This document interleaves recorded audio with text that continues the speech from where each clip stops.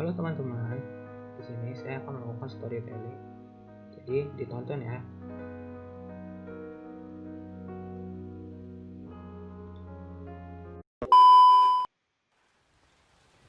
Setahun, karya Raditya Dika yang dibacakan oleh Rif Haji. Sudah setahun kamu hilang, tapi aku masih ingat bentuk awan pagi itu.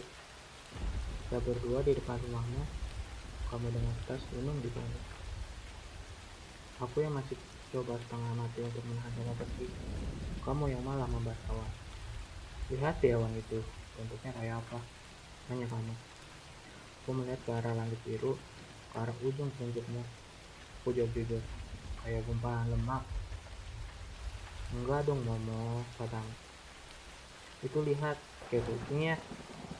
Aku melihat kembali ke arah awan, lalu aku bilang, iya, kayak kucing terjepit di antara gumpalan lemak. Ada apa sih dengan kamu dan lemak? Tanya kamu kesal. Udah ya, ceweknya mau pergi naik gunung dulu. Harus banget, tanyaku. Aku kan udah bilang dari minggu lalu. Dia tersenyum. Jangan kangen amat ya.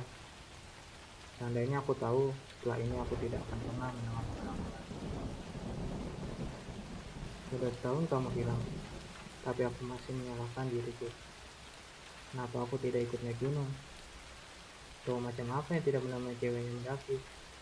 Cowok macam aku mungkin, bernama Momo, yang memang gak diperbolehkan orang tuanya naik gunung, karena punya masalah dengan jantungnya dari lahir. Momo, yang namanya saja seperti nama perempuan. Yang Momo, yang kesal waktu main ke pet shop, ada hamster albino diajak ngobrol sama majikan. Momo, ini kandang baru kamu, Momo. Nasib punya nama terlalu imut. Sudah setahun kamu hilang, tapi aku masih penasaran bagaimana kamu bisa hilang. Kata teman-temanmu, kamu berusaha untuk lebih cepat dari yang lainnya. Kamu memang terkenal tangguh, tim kapten futsal cewek, tapi rasanya nggak perlu mendaki dengan tergesa-gesa, meninggalkan teman yang lain dan kecapean kan? Karena ketika kamu ke sendirian, lalu hilang tidak kembali. Aku yang sekarang sendirian, kami yang sekarang sendirian, kami yang masih menunggu pulang. Tim pencarian tidak menemukan apa-apa setelah sekian lama.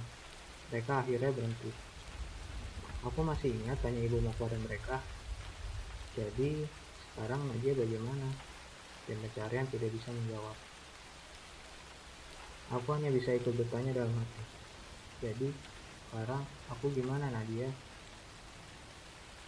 Sudah setahun kamu hilang, tapi aku masih pergi ke tempat favorit kita dulu. Aku masih datang ke Bartos Cafe dekat rumahmu, makan satu es teh manis tanpa gula, minum dari gelas langsung, padahal sedotan ada di dalamnya. Itu yang kamu kesalkan biasanya bukan? Katamu dulu. Itu ada sedotan, kok malah minumnya gitu? Jadi perhatiin aja, kataku. Masih kurang, tanyamu. Selalu kurang, kataku.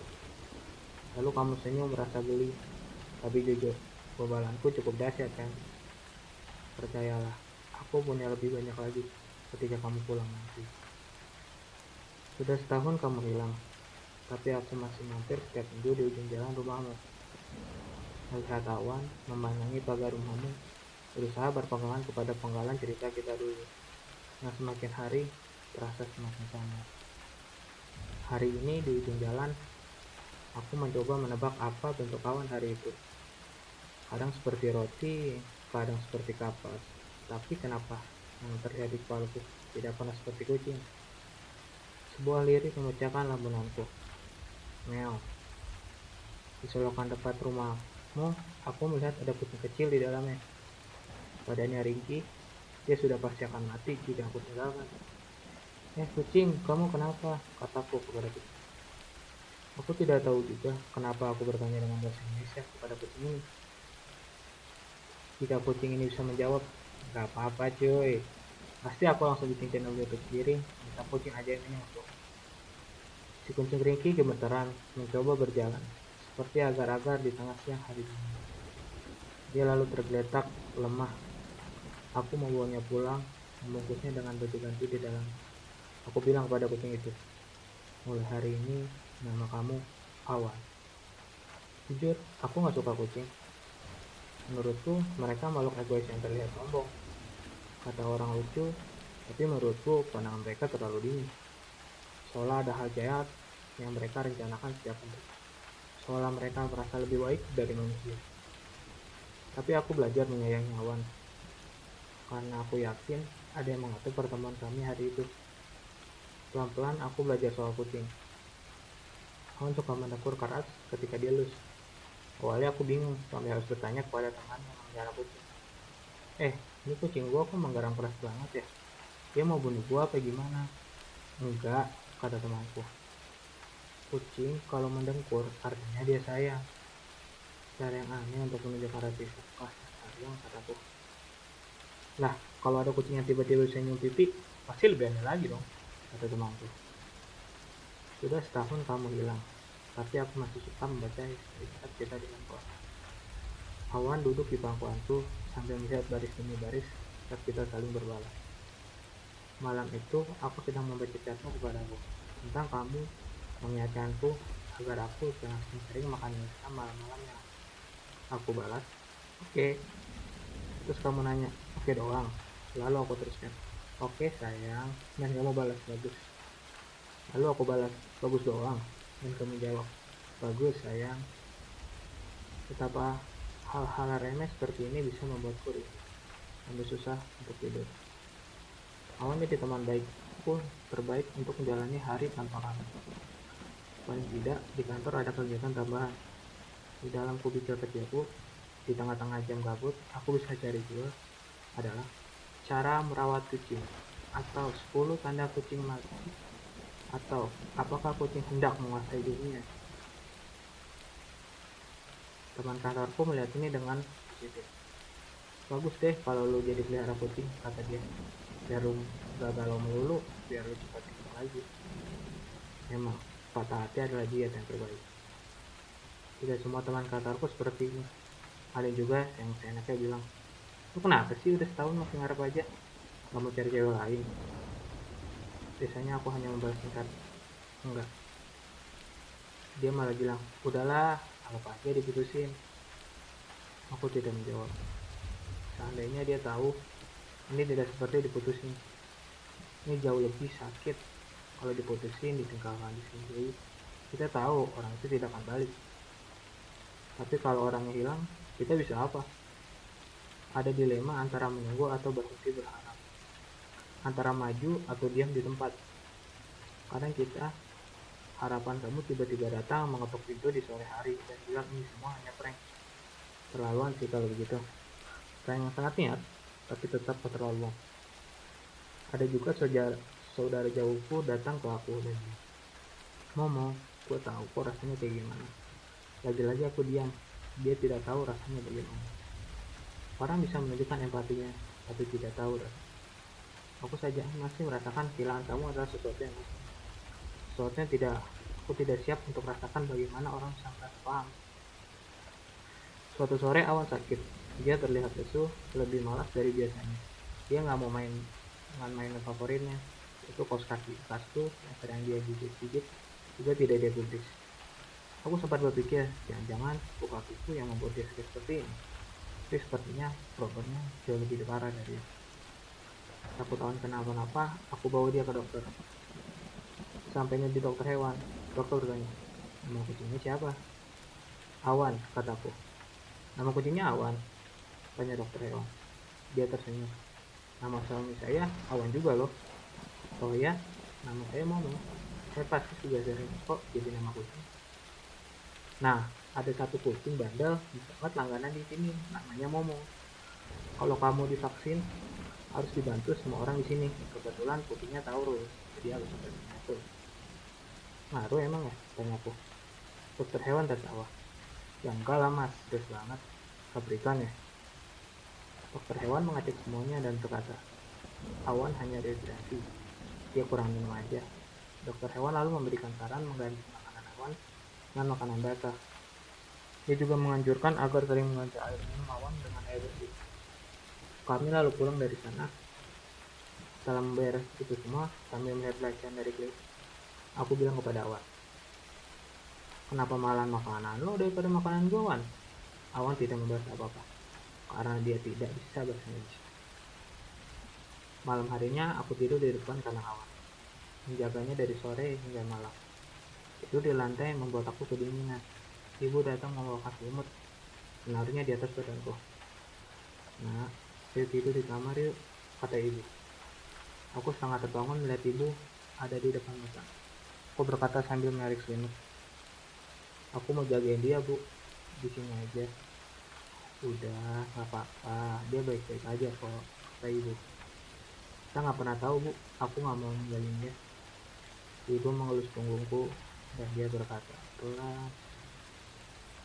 Oh, kucing itu bukan Nadia. Aku tidak menjawab apa-apa. Ibu lalu pergi meninggalkanku. Aku memejamkan mata. Sudah setahun kamu hilang. Kamu masih bisa bikin aku menangis sambil mengantuk. Seminggu kemudian, Awan sudah aku kembali sedia kala. Seminggu kemudian, seperti biasa, aku ada di depan rumah Mama. Tidak seperti biasanya, ibumu muncul dari dalam rumah. Dia melihat aku dari jauh. Aku buru-buru membalikan badan, hendak pergi dari sana. Terlambat, ibumu memanggil namaku. Momo, katanya. Jangan pergi. Aku memutar balik badanku dan berjalan ke arah rumah. Iya, Tante. Aku sudah lama sekali tidak berbicara denganmu. Tante tahu kamu tiap minggu ada di ujung jalan, katanya. Apa nggak mampir aja? Enggak, Tante. Nggak perlu mampir, kataku. Sejujurnya aku tidak berani untuk bertemu dengan ibumu lagi. Rasa bersalah yang ada di dadaku ini seperti jangkar yang memberatkan langkah. Seharusnya aku, laki-laki yang nanti akan dititipkan untuk menjagamu, bisa menjagamu dari gunung itu. Kuning yang seperti seorang pesulap handal, punya trik hebat menghilangkan orang, yang tidak bisa dibongkar oleh netizen jahil di kolom komentar YouTube seperti itu. Kali ini aja ya masuk, kata ibu. Enggak deh tante, ibumu melihat tajam ke arah mataku. Tante mau kamu masuk ya. Aku mengangguk pelan masuk ke dalam. Sudah setahun kamu hilang, tapi ruang tamumu masih seperti yang aku ingat. Foto keluargamu dan figura kayu dengan noda kopi di sudut menata. Masih ada piano tumbang yang keluargaku selalu bela untuk didengarkan. Hal yang berbeda paling sepeda roda 3 milik adikku yang ada di pojok, berbeda dengan biasanya. Warnanya sudah pudar, berganti dari merah ke merah muda. Ibumu datang membawakan aku satu gelas air. Bunyi jam mengiringi sunyian kita yang kami lagi. Kami saling menunggu siapa yang akan memecahkan keheningannya terlebih dahulu. Pada akhirnya, ibumu yang memulai. Kamu baik-baik saja kan? Baik, semua baik, kataku. Masa? Tanya ibu. Iya, kataku. Tante masih suka ngobrol sama mama kamu loh. Teleponan, kata ibu. Amin. Suara jam kembali mengisi kesunyian. Kami semua kangen sama Nadia, kata ibu. Kangen banget. Ibumu berusaha setengah mati untuk tidak menangis. Tapi menunggu bukan berarti kamu harus menyiksa dirimu. Tante juga menunggu dalam cemas, tapi bukan berarti hidup kita tidak berlanjut. Iya, Tante. Tante juga berharap dia ketemu, baik sehat maupun tidak. Meskipun menguburkan anak sendiri adalah hal yang ditakuti semua orang tua, aku hanya bisa mendengarkan. Tante sama Om tahu kok, seminggu sekali kamu mampir di ujung jalan ya. Seperti orang bingung memandang Awan melihat ke rumah kami.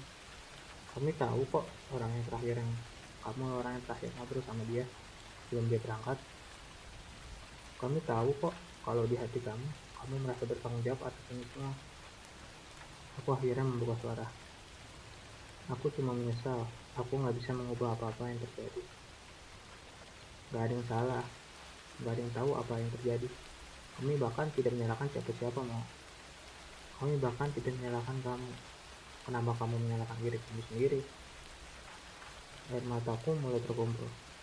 Ayahku pernah bilang, laki-laki gak boleh nangis, kecuali saat dia kecewa kepada dirinya sendiri. Dia bilang kamu ngambil kucing yang ada di foto itu ya? Tanya ibumu. Dia adalah adikmu yang baru masuk SD. Ternyata dia tahu kita dari mana. Mungkin tanggamu ada yang melihat dan memberitahunya. Iya, aku rawat tante. Namanya Awan. Aku kasihan. Dia hampir mati di situ, jawabku. Ibumu memajukan badannya ke depan. Setengah tersenyum dia berkata, Mau, kamu bisa memberikan hidup yang baru untuk itu. Kamu juga bisa memberikan hidup yang baru untuk diri kamu sendiri. Kamu bisa menolong dirimu sendiri, mau. Sudah setahun kamu hilang. Tapi aku ingat kalimat ibumu ini mirip sekali dengan yang diucapkan. Aku ingat kita berdua selesai menonton Avengers, lalu membuang plastik minuman di tempat sampah. Lalu masih terbawa action film tersebut, aku berkata kepadamu, kapanpun kamu dalam bahaya, aku pasti nolong kamu. Kamu malah menjawab, coba, aku tanya. Kalau misalnya kita keracunan, penawarannya cuma satu. Kamu mau kasih ke siapa obatnya? Aku jawab dengan gagah, kamu lah. Kamu malah tertawa. Aku nggak mau. Aku mau menolong dirimu sendiri. Kenapa? Tanyaku. Karena aku sayang kamu, katamu sambil tersenyum. Setelah satu gelas air putih habis, aku keluar dari dalam rumah. Ibumu memeluk aku erat, dia lalu masuk ke dalam, meninggalkan aku berjalan menjauhi di rumahmu.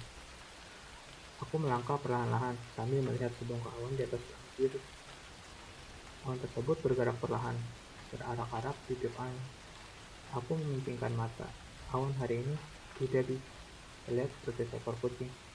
Namun hari ini, awan terlihat seperti sesuatu yang pergi menjauh, meninggalkan beban yang selama ini membuatnya berhenti.